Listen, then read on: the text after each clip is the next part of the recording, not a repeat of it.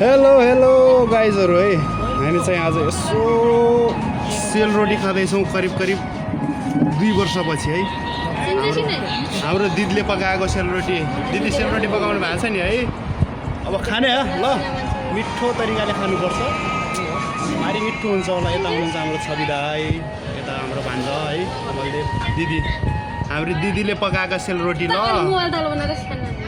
यता सेलरोटी छ, यता मासु छ, यता हुनुहुन्छ फेरि हाम्रो सङ्खुवा सभाबाट हाम्रो भाइ राजा है, यता हाम्रो कमली दिदी।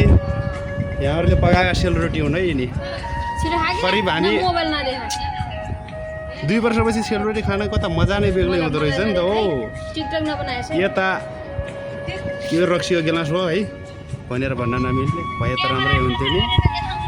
अनि यस्तो भएपछि त कहाँ यता शीतल छ, मासु मासु, यता पुरा रक्सी भनेर नभनौँ कोक कोक रक्सी बनाउला यार। कोक खै त्यो कोकको पत्ता ल्याउँदा रक्सी भन्छन् क्या फेरि। कहाँ रक्सी खाना ए यसको हो यो हो नि त। यो कोक खाने मिठो छ है, एकदम मिठो छ, मिठो मिठो मिठो।